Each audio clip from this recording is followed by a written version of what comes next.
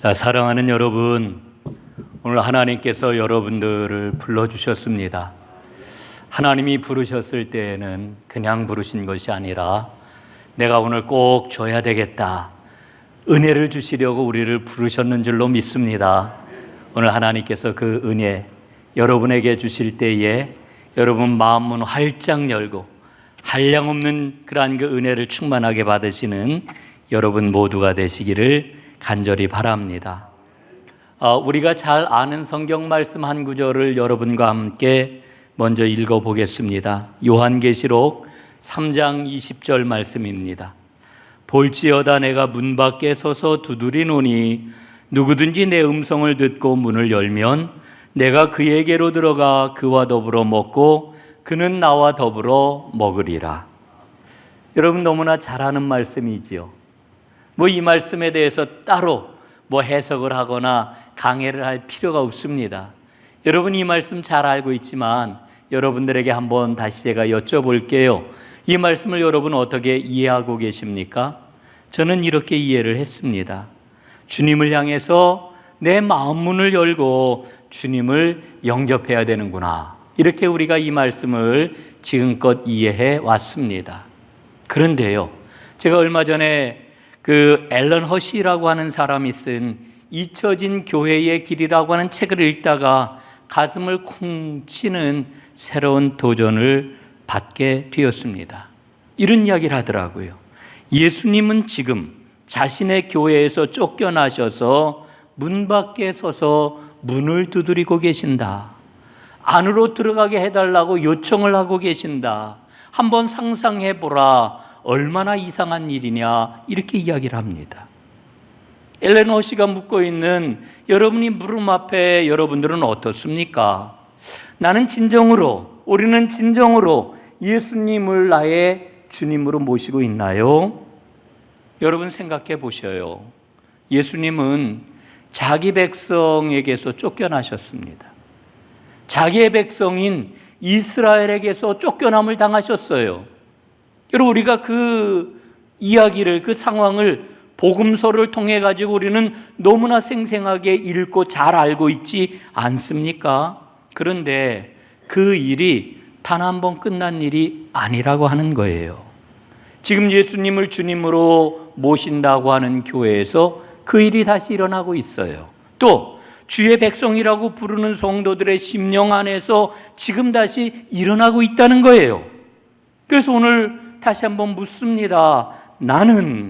우리는 또 오늘 한국교회는 진정으로 예수님을 주님으로 모시고 있는가? 오늘 여기에 대한 답을 우리는 주님께 꼭 드려야 됩니다. 여러분 코로나19 상황이 계속되면서 아주 초기에도 그랬고 요 며칠 사이에도 그랬고 이 한국교회가 굉장히 지탄을 받고 있어요. 정말 부끄러운 이름이 되고 있어요. 여러분, 요 며칠 사이에는 한국교회가 이렇게 지탄을 받고 있는데 한 인물이 전면에 서고 있습니다. 다 아시겠지만 전광훈 목사라고 하는 사람이지요. 아주 한국교회에 지금 먹칠을 하고 있습니다. 저는 이 전광훈 목사의 그러한 여러 행태들을 보면서 오늘 이런 질문을 던져보아요. 누가 전광훈 목사에게 한국교회를 대표할 자격을 주었는가? 누가 줬습니까? 어떤 분은 그래요. 한기총 회장 아닙니까? 한기총이라고 그러는 게 여러분 한국교회의 연합기관을 얼마나 실추시키고 얼마나 욕을 먹는 그와 같은 단체가 되고 말았습니까? 예? 여러분 모든 그러한 교단들이 한기총 더 이상 안 된다 그래서 새롭게 만들어낸 것이 우리 김영민 목사님이 정책실장으로 일하고 있는 한교총 아닙니까? 한교총. 예? 여러분 한기총에 대해서 그 내면에서 일어나고 있는 그런 이야기들을 낱낱이 여겨서 한다라고 하면은 너무나 부끄러워가지고 이야기할 수가 없는 그런 상황이에요. 이건 목사들이 잘하는 이야기지요. 여러분 사실 목사에 대해서는 목사가 제일 잘합니다. 정광훈 목사라고 하는 분은요 보통 문제가 많은 사람이 아니에요. 돈밖에 모르는 사람입니다. 허세와 명예 이런 거 이외에는 없는 사람입니다. 정말 그 마음속에 예수 그리스도가 주님으로 자리를 잡고 있을까? 여러분 그의 발언을 한번 보세요. 하나님 까불면 죽어. 아시죠 이 얘기? 어젠지 그제는 그런 이야기를 했다고 그래요. 누가 자기한테 코로나 바이러스 테러를 했대요. 이게 말이나 되는 이야기입니까? 여러분 지금 문제는 뭐냐 하면은 이렇게 죄송해요 이런 말을 해서 듣보잡 같은 이런 사람이 한국교회를 대표하는 것처럼 이러는데 한국교회가 속수무책으로 지금 아무것도 못하고 있다는 거예요. 여러분 한국교회의 90%, 99% 되는 거라는 그 교회들은 정광훈 목사가 안 된다, 무슨 조치를 취해야 된다, 모두 다 이렇게 이야기를 하고 있지만 어떤 조치도 취하지를 못하고 있다라고 하는 것이 이게 너무 속상한 거예요. 너무나 속상해요. 여러분 정말 그 마음속에 전광훈 목사 마음속에 예수님이 주님이실까요? 여러분 전광훈 목사는 그렇다 치고 오늘 나는 어떤가요? 오늘 우리는 어떤가요? 여러분 기독교가 뭡니까? 기독교는 예수운동이에요. 예수운동. 예수님을 빙자한 종교가 아닙니다. 예수운동이에요. 여러분 이 땅에 존재하는 모든 교회는 항상 긴장해야 됩니다. 두 가지 사이에서 긴장을 해야 돼요. 그 두 가지 사이가 뭐냐? 하나는 운동입니다. 무브먼트. 또 하나는 제도입니다. 인스티튜드. 이 무브먼트와 인스티튜드 사이에서 항상 긴장을 해야 돼요. 만약에 교회가 예수 운동을 잃어버리고 조직 교회의 외형만을 고집한다라고 하면 복음은 더 이상 복음이 될 수가 없는 거지요. 여러분 제도교회는 언제나 복음의 운동성을 잘 담아내는 그릇이 되어야 돼요. 좋은 그릇. 그 안에 예수 운동을 담아내는 그릇이 되어야 되는 겁니다. 여러분 역사를 한번 보십시오.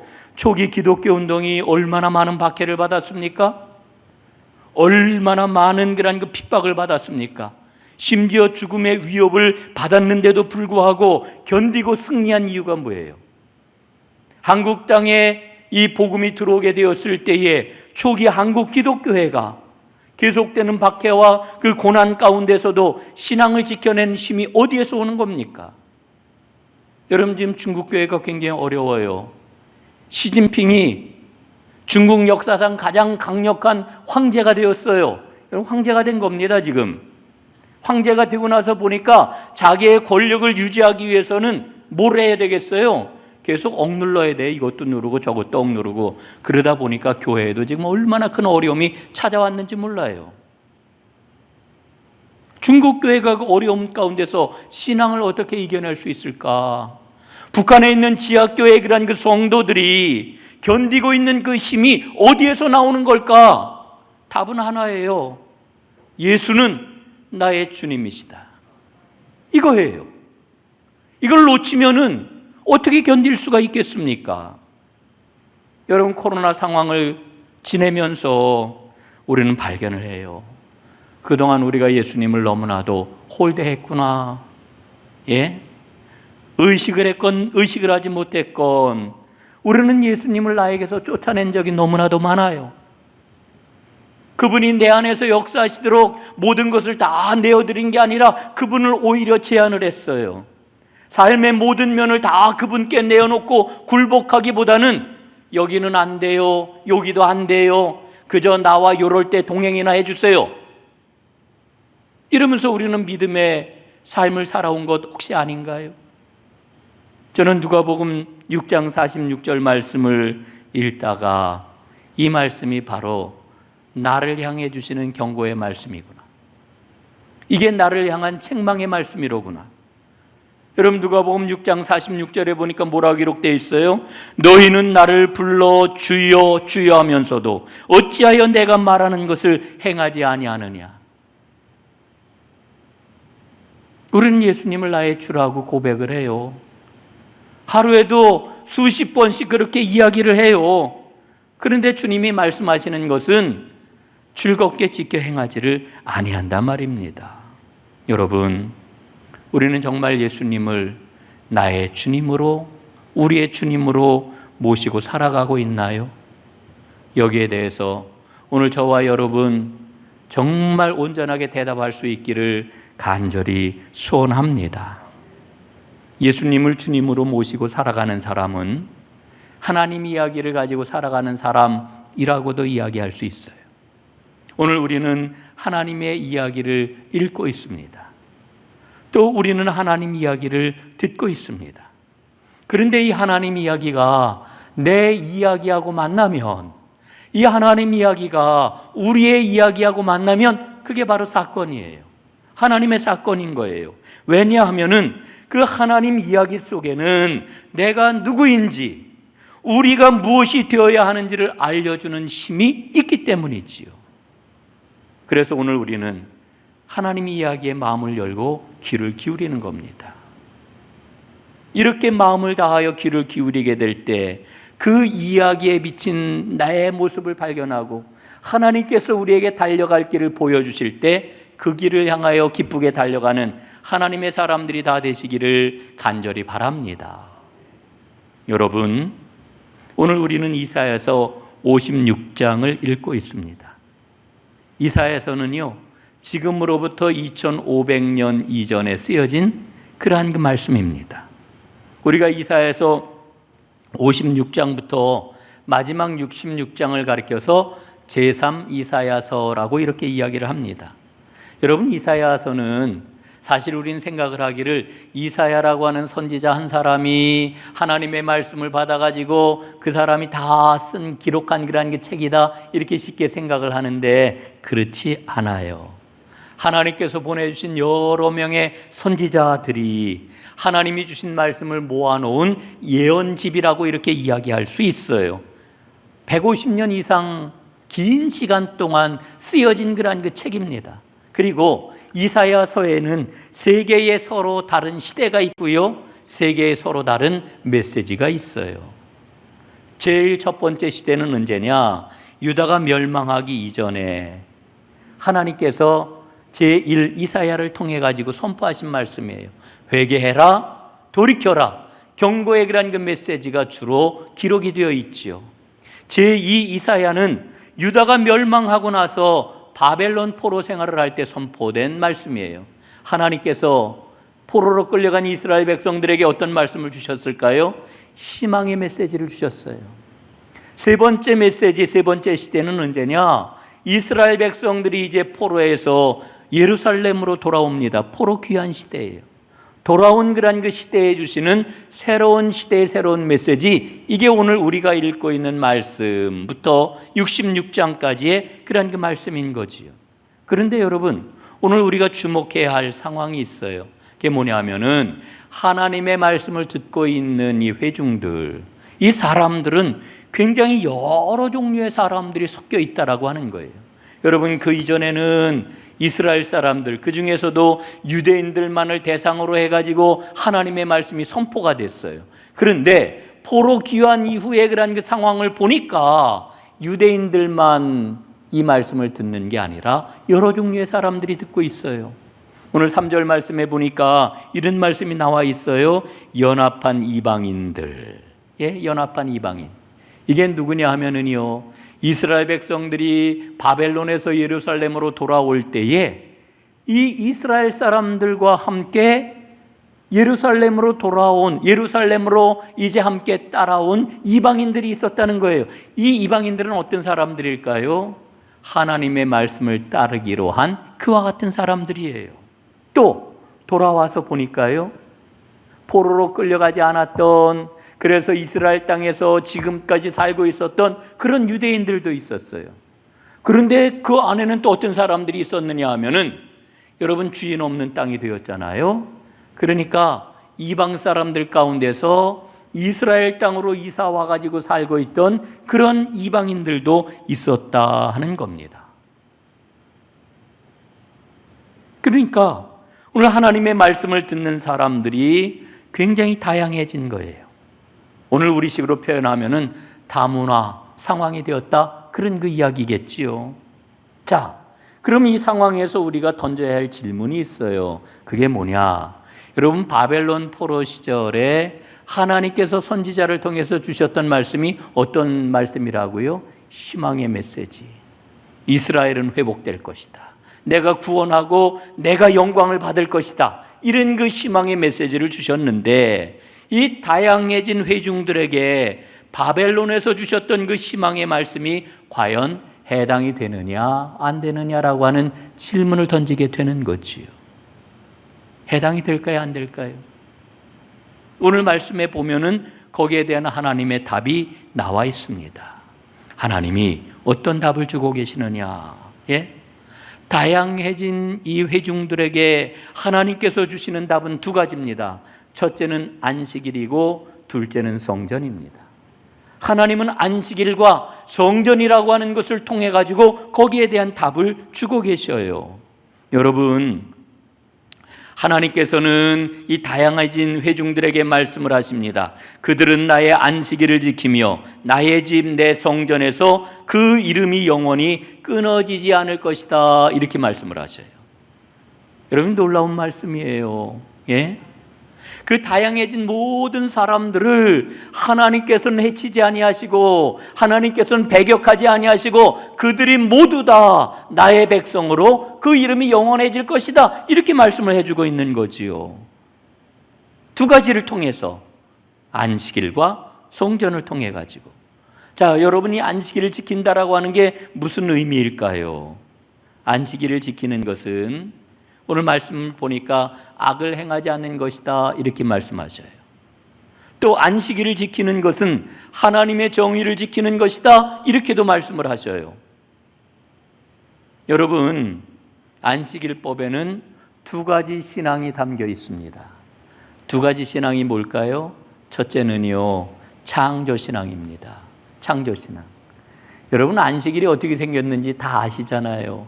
하나님께서 천지를 창조하실 때에 며칠 동안 천지를 만드셨어요? 엿새 동안. 그리고 일회째 되는 날 어떻게 하셨어요? 하나님께서 쉬셨어요. 안식하셨어요. 그러니까 안식일을 지킨다라고 하는 건 뭐냐 하면은 하나님이 축복하신 그 안식에 참여하는 것, 이게 바로 안식일을 지키는 거예요. 그래서 안식일 신앙에는 창조의 신앙이 있는 거지요. 두 번째, 안식일 신앙에는 해방과 구원의 신앙이 담겨 있어요. 해방과 구원의 신앙. 여러분, 신명기서 5장 12절로부터 15절까지 말씀을 보면은 하나님께서 이스라엘 백성들을 구원해내시고 하나님의 계명을 주시죠. 특별히 십계명을 주실 때 안식일법에 대해서 뭐라고 말씀을 하시느냐 하면은 너희는 애굽에서 종되었던 것을 기억해라, 이렇게 말씀을 하셔요. 여러분, 이스라엘 백성들은 몇 년 동안 노예 생활을 했습니까? 애굽에서 430년. 이들에게 자유가 있었습니까? 예? 오늘날로 얘기하면 일회째가 되었으니까 오늘은 빨간 날 쉬어야지. 예? 여러분, 어제가 광복절인데 토요일이라 내일 쉰다고 그러잖아요. 임시공휴일이라 가지고. 예? 그래서 교회 안 다니는 분들은 토, 일, 월, 금요일부터 치면은 이게 황금 연휴네 뭐 이러면서 지금 쉬고 있는데, 이스라엘 백성들이 애굽 땅에서 쉴 수가 있었습니까? 어림도 없는 일이지요. 그 옛날 노예가 어디서 쉬어요? 쉬지를 못했어요. 안식을 할 수가 없었어요. 그래서 하나님께서는 안식일법을 주시면서 너희가 노예가 되었던 것을, 너희가 종되었던 것을 기억해라, 그러면서 안식일에 대한 규정을 아주 철저하게 말씀을 해주시는데, 이렇게 말씀을 하셔요. 내가 안식할 때에 너의 집의 모든 식구들이 다 함께, 또 너희 집에 있는 모든 가축들이 다 함께, 심지어는 누구까지요? 너희 집에 있는 모든 종들까지도 다 함께 안식을 누리도록 해라, 이렇게 말씀하시는 거예요. 그래서 하나님께서 허락하신 해방과 자유를 온 집에 있는 모든 사람들이 다 누려라. 이게 바로 안식일을 지키라 하신 규정인 거지요. 하나님의 정의예요. 그래서 오늘 하나님께서는 안식일을 지키는 사람은 뭐라고 그래요? 악을 행하지 않는 사람이라고 말씀하셔요. 여러분, 안식일을 지키는 것은 하나님의 창조에 참여하는 겁니다. 안식일을 지키는 것은 하나님의 정의에 참여하는 겁니다. 그런 사람에게 하나님 뭐라고 그러셔요? 미래가 열릴 것이다, 이렇게 말씀하셔요. 사랑하는 여러분, 이게 놀라운 축복의 말씀이에요. 안식을 잘 지킴으로 말미암아 여러분의 미래가 활짝 열려지기를 주님의 이름으로 축복합니다. 두 번째로, 이 다양해진 회중들에게 하나님께서 주시는 두 번째 답이 있는데 그게 뭐냐면 성전이에요. 성전. 여러분, 성전은 하나님의 집이잖아요. 성전은 하나님께 제사하고 하나님께 예배하는 집입니다. 그런데 오늘 하나님께서는 뭐라고 말씀하시느냐? 7절에 보니까 그 집이 만민이 모여서 기도하는 집이 될 것이다, 이렇게 말씀해 주고 있어요.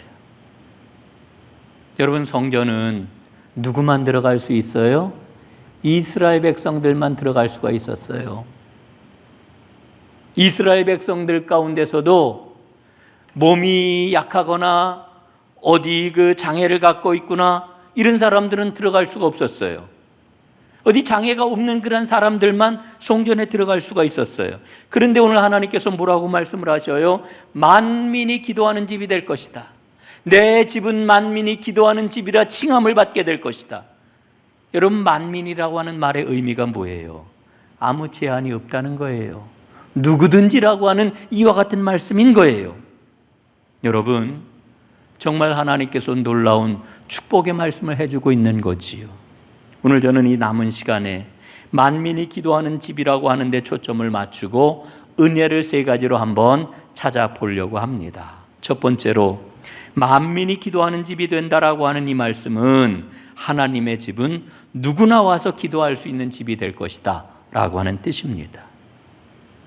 여러분, 성전은 이스라엘 신앙의 핵심입니다. 그런데 유다가 멸망할 때 예루살렘 성전이 다 불타버리고 말았어요. 예루살렘에 살던 주민들은 포로로 다 끌려갔지요. 바벨론에서 그들이 생활을 합니다. 그런데 바벨론에서도 경건한 이스라엘 백성들은 어떻게 했어요? 성전이 있는 곳 예루살렘을 향하여 아침, 점심, 저녁 하루에 3번씩 간절한 그러한 그 마음으로 하나님께 기도를 올렸던 것을 우리는 보지요. 마침내 바사왕 고레스가 칙령을 내렸어요. 이스라엘 백성들은 예루살렘으로 돌아가도 좋다. 예루살렘으로 돌아오지요. 귀환한 이스라엘 백성들이 제일 먼저 예루살렘에서 했던 일이 뭡니까? 성전을 짓는 일이었어요. 성전. 그래서 생겨난 성전이 바로 스룹바벨 성전 아닙니까? 여러분, 오늘 상황은 바로 이 성전을 짓고 난 다음에 그런 그 상황이에요. 그런데 오늘 하나님께서 뭐라고 말씀을 하시느냐? 그 성전에는, 그 하나님의 집에는 유다인뿐만 아니라 하나님을 따르기로 한 이방인까지도 기도할 수 있다라고 하는 거예요. 예전에는 장애가 있고 몸이 불편하면은 하나님의 성전에 들어갈 수가 없었는데 몸이 불편한 장애인들까지도 들어와서 기도할 수 있게 되었다, 이렇게 말씀을 해주고 있는 거예요. 여러분, 정말 놀라운 말씀이지요. 여러분, 교회가 뭡니까? 교회는 성육하신 예수 그리스도의 몸입니다. 하나님의 성전이 성육하신 예수 그리스도의 영적인 몸으로 다 완성된 것, 이게 바로 교회 아니에요? 여러분, 그러므로 오늘 말씀을 통해서 우리는 발견해요. 교회는 모든 사람이 기도하는 집이 되어야 되는구나. 그게 하나님의 뜻이에요. 하나님의 집에는 어느 누구도 제한되어서는 안 된다라고 하는 그런 이야기지요. 여러분, 우리 전농교회가 진정으로 모든 사람들이 와서 누구나 기도할 수 있는 그와 같은 하나님의 집이 꼭 될 수 있기를 간절히 바랍니다. 여러분, 우리 교회를 오랫동안 다니신 분들은 예전 예배당 한번 떠올려 보세요. 벌써 10년도 훨씬 전 그런 그 이야기인데, 여러분 지하 그 기도실이 있었잖아요. 지하 예배실. 그 지하 예배실 강단에 현수막이 늘 붙어 있었어요. 제 기억으로는 10년도 넘게 붙어 있었던 것 같아요. 레위기 6장 12절 말씀이 붙어 있었는데 이런 말씀이잖아요. 제단 위에 불은 항상 피워 꺼지지 않게 할지니. 기억나시죠? 예? 여러분 이게 무슨 말씀입니까? 제단 위에 불이 뭐예요? 기도의 불입니다. 예? 기도의 불을 꺼뜨려서는 안 된다라고 하는 그런 그 이야기입니다. 여러분 그러기 위해서는 하나님의 집은 누구에게나 항상 개방이 되어야 합니다. 그러나 코로나19 상황을 지금 우리가 겪으면서 오늘 예배 드릴 때도 여러분 어떻게 했어요?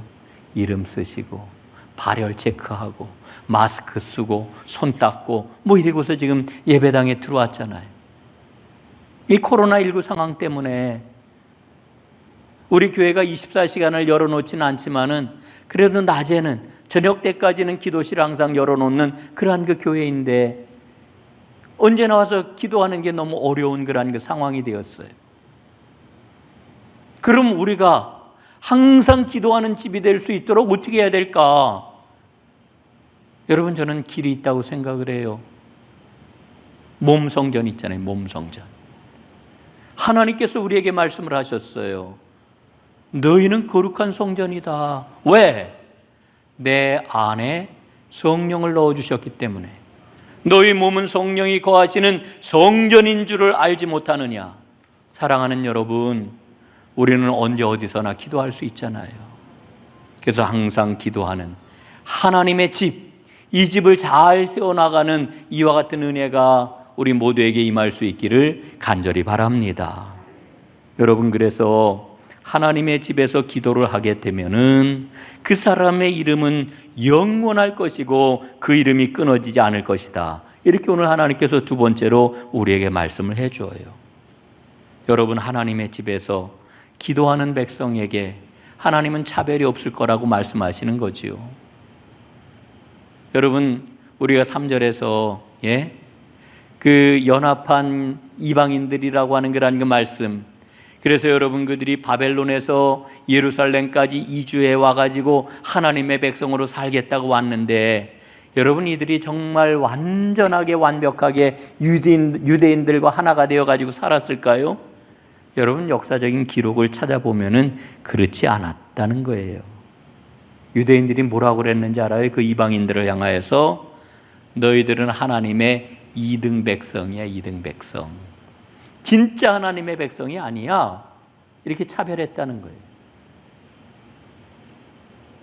여러분 옛날이나 지금이나 이 차별, 편견 이런 건 쉽게 사라지지가 않아요. 야, 하나님의 백성인데 어떻게 그럴 수 있지? 여러분 우리 예수 믿는 사람인데 어때요? 여전히 우리 안에 편견이 있어요. 여전히 우리 안에 차별이 있어요. 예? 그리고 거기에 대해서는 아주 온갖 가지 이유를 우리가 대잖아요. 여러분 그러나 오늘 하나님 분명히 말씀하십니다. 나의 집에서 기도하는 자는 누구든지 그의 이름이 영원히 끊어지지 아니할 것이다. 사랑하는 여러분, 주님께서는 기도하는 자를 기억해 주시고 그의 이름을 영원한 생명책에 기록하시고 그의 이름을 높여주시는 줄로 믿습니다.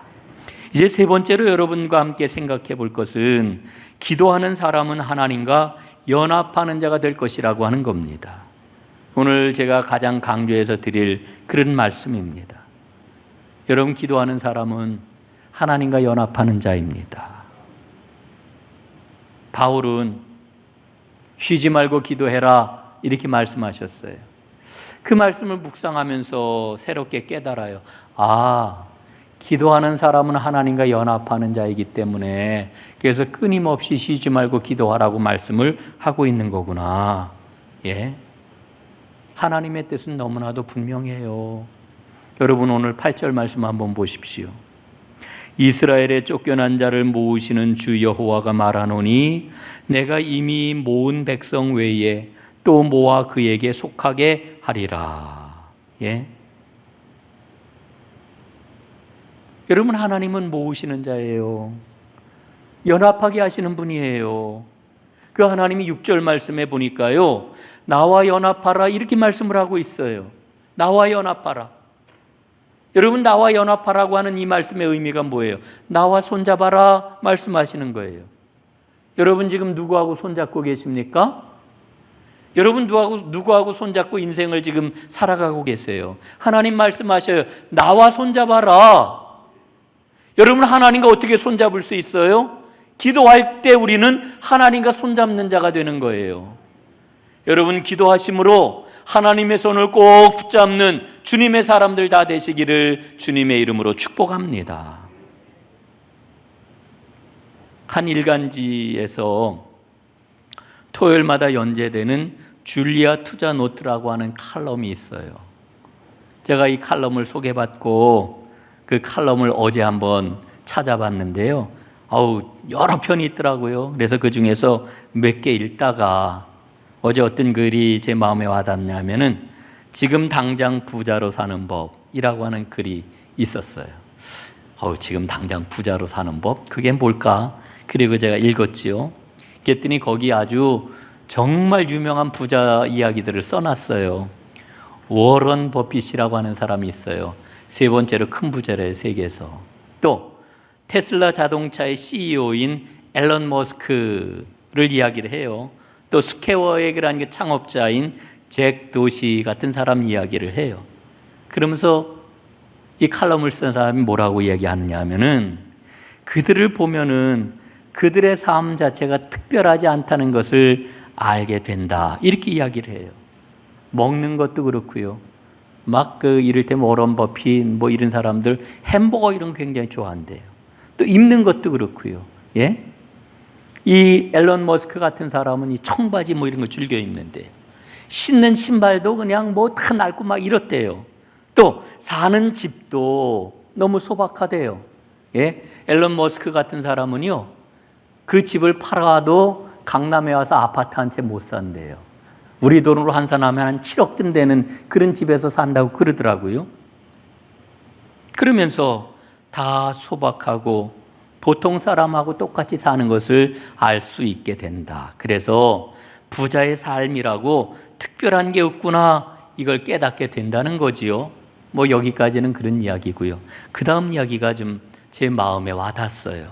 그런데 부자의 삶을 특별하게 만드는 게 있는데 그것은 그들의 루틴이다, 이렇게 이야기를 해요. 예? 반복적인 그들의 생활 패턴이 다르다는 거예요. 어떻게 다르냐? 그들은 규칙적. 충분하게 잠을 자고 일찍 일어나고 운동하고 정해진 시간에 일하고 그리고 명상하고 책을 읽는다는 거예요. 그러니까 자기 주도적인 루틴, 예? 자기가 주도해가지고 이렇게 살아간다는 거지요. 그런데 성공하지 못하는 그 보통 사람들의 일상에는 자기 주도적인 루틴이 없다는 거예요. 아침에 마지못해 일어나요. 억지로 출근을 해요.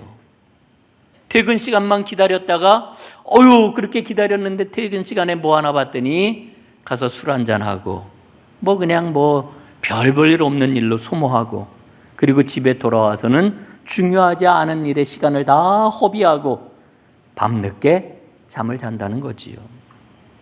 저는 거기까지 글을 읽다가 퍼뜩 제 마음에 확신이 들었어요. 이 사람의 글의 그 분석이 맞다라고 하면은 우리 예수 믿는 사람들, 그리스도인들 기본적으로 성공의 루틴을 이미 갖고 있구나, 저는 이런 생각이 들었어요. 여러분 보세요. 우리 매일 말씀 보잖아요. 매일 기도하잖아요. 정기적으로 예배를 드리잖아요. 사람들 만날 때 여러분 그냥 만나요? 하나님 기쁨으로 만나게 해주세요. 하나님 선한 마음으로 대하게 해주세요. 하나님 열린 마음 주세요. 여러분 이런 기도하면서 사람들 만나잖아요. 예? 여러분 더더군다나 새벽 기도를 하는 거는 이건 어마어마한 루틴인 거예요. 여러분, 새벽 기도를 하기 위해서는 어떻게 해야 돼요? 일찍 자지 않고서는 어림도 없어요. 다른 일들, 많은 일들 제대로 잘 정리 빨리 하지 않으면 어림도 없어요. 여러분, 그러니까 우리의 신앙생활 전체를 놓고 보게 되면은요, 정말 제대로 된 신앙생활 하기 위해서는 우리가 주님의 주도 아래 나를 내어놓고 주님이 이끄시는 새로운 삶의 루틴을 가질 수밖에 없는 거예요. 그 세계적인 부자들의 루틴과 비교해 보면 우리가 훨씬 더 놀라운 그런 루틴을 갖고 있다니까요. 여러분, 오늘 하나님이 기도하는 사람은 하나님과 연합한 사람이라고 말씀하셔요. 기도하는 사람이 되기 위해 우리가 어떻게 해야 될까?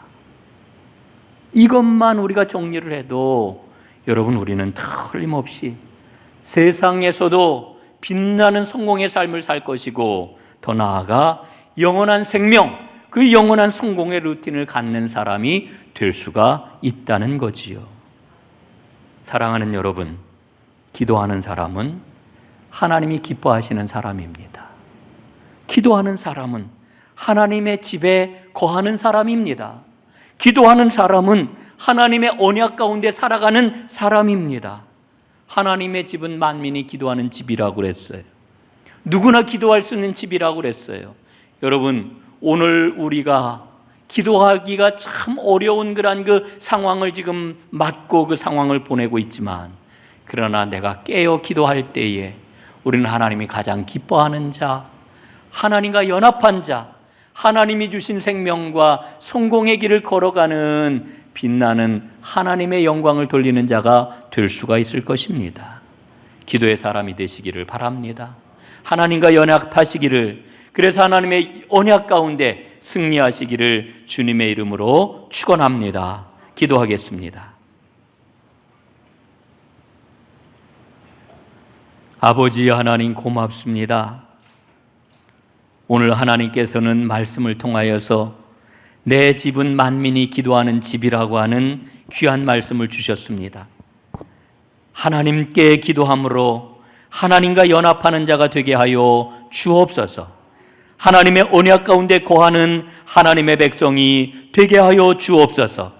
그래서 아버지 하나님께서 허락하시는 그 성공의 삶을 살아가게 하시고, 이 땅에서의 성공뿐만 아니라 영원한 생명의 나라에서 성공하는 진정한 하나님의 축복의 주인공들 되게 하여 주옵소서. 예수님 이름으로 기도드리옵나이다. 아멘.